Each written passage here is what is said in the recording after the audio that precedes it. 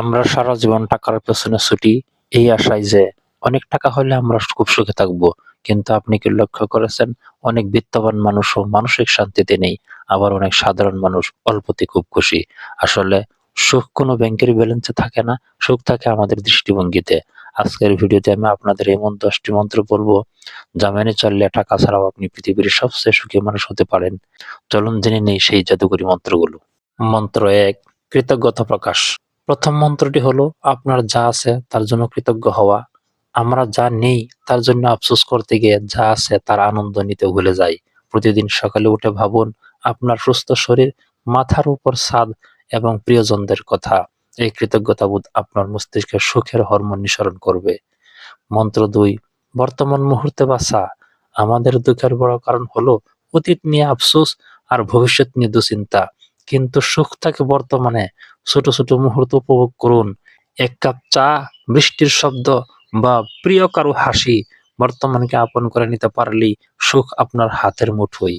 মন্ত্র 3, প্রত্যাশা কমানো। অন্যের কাছ থেকে অতিরিক্ত আশা করাই হলো কষ্টের মূল কারণ।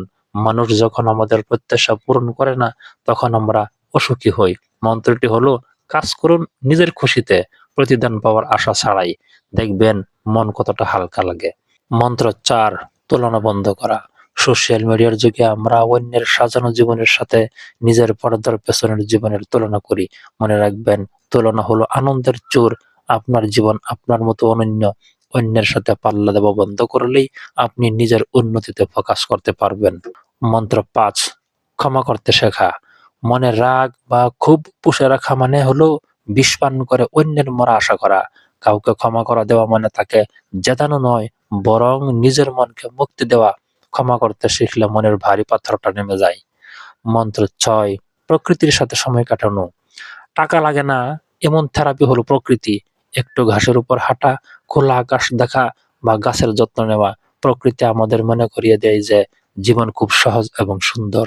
মন্ত্র 7, প্রিয় শখের কাজ করা।